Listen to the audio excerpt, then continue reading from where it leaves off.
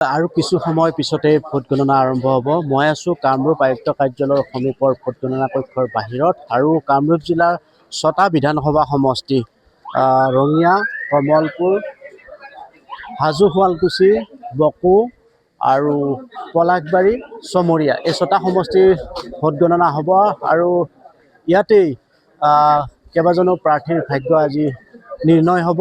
গতিকে আজি নিচেই পুৱাৰে পৰা এনেধৰণৰ যাৱতীয় নিয়মসমূহ পালন কৰি তেওঁলোকক ভোট গণনা কক্ষলৈ যাবলৈ দিয়া হৈছে। যিসকল সংশ্লিষ্ট ভোট গণনা অথবা এজেণ্টসকল, যিসকল দলীয় এজেণ্ট, তেওঁলোকক এনেদৰে পৰীক্ষা নিৰীক্ষা কৰি ভিতৰলৈ সোমাবলৈ দিয়া হৈছে। আৰু আজিৰ দিনটোত আচলতে কামৰূপ জিলাৰ এই 6টা বিধানসভা সমষ্টিৰ বিশেষকৈ প্ৰাৰ্থীসকলৰ ভিতৰত আছে ভৱেশ কলিতা, সত্যব্ৰত কলিতা, দিগন্ত কলিতা, নন্দিতা দাস আৰু আছে ৰেকিবুদ্দিন আহমেদ, হিমাংশু শেখৰ বৈশ্য, ৰাজু মেছ, এনেধৰণে কেইবাজনো বিশেষভাৱে চৰ্চাত থকা প্ৰাৰ্থীৰ আজি ভাগ্য ইয়াতেই নিৰ্ণয় হ'ব। গতিকে প্ৰত্যেকেই এই ধৰণে নিৰ্ধাৰিত সময়ৰ পূৰ্বে গণনা কক্ষলৈ তেওঁলোকে যাবলৈ ওলাইছে। আৰু আজিৰ দিনটোত বহু উৎকণ্ঠাৰে যিসকলে বাট চাই আছিল তেওঁলোকৰ ভাগ্য নিৰ্ণয় হ'ব। আজি আবেলিৰ ভাগত সেইসকলৰ কি ভাগ্য আছে, কি তেওঁলোকৰ ফলাফল হ'ব, সেয়া ঘোষণা হ'ব। গতিকে এনেধৰণে আচলতে ভোট গণনা কক্ষৰ বাহিৰত মই দেখুৱাই আছোঁ। এই ধৰণে প্ৰশাসনে যাৱতীয় ব্যৱস্থাসমূহ ঠিক ঠাক কৰি আছে আৰু সুৰক্ষা কৰ্মীয়ে তন্নতন্নকৈ পৰীক্ষা কৰিছে।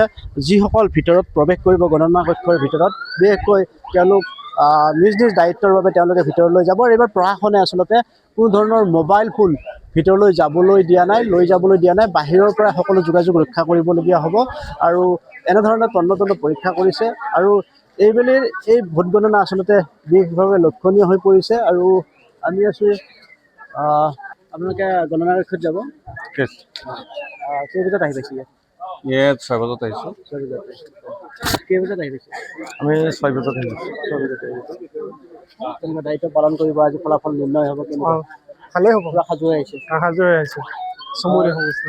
আৰু এনেদৰে প্ৰত্যেকেই তেওঁলোকে সাজু হৈ আহিছে। তেওঁলোকৰ যি কাম, নিৰ্ধাৰিত কাম, সেই কাম কৰিব। আৰু আজি আবেলিৰ ভাগৰ পৰা আচলতে যথেষ্ট উৎকণ্ঠা হৈ আহিব, যিহেতু তেওঁলোকৰ ভাগ্য নিৰ্ণয় হ'ব, কাৰ সৈতে কাৰ প্ৰতিদ্বন্দ্বিতা হ'ব।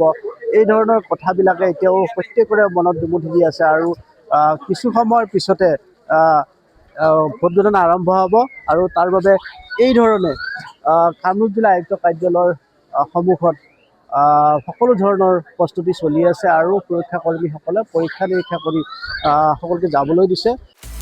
আপুনি বিচৰা বাতৰি পাব কেৱল নিউজ 18 এপত। নিউজ 18 এপ ডাউনলোড কৰিবলৈ স্কেন কৰক এই QR কোড। গুগল প্লে ষ্টৰতো পাব এই নিউজ 18 এপ।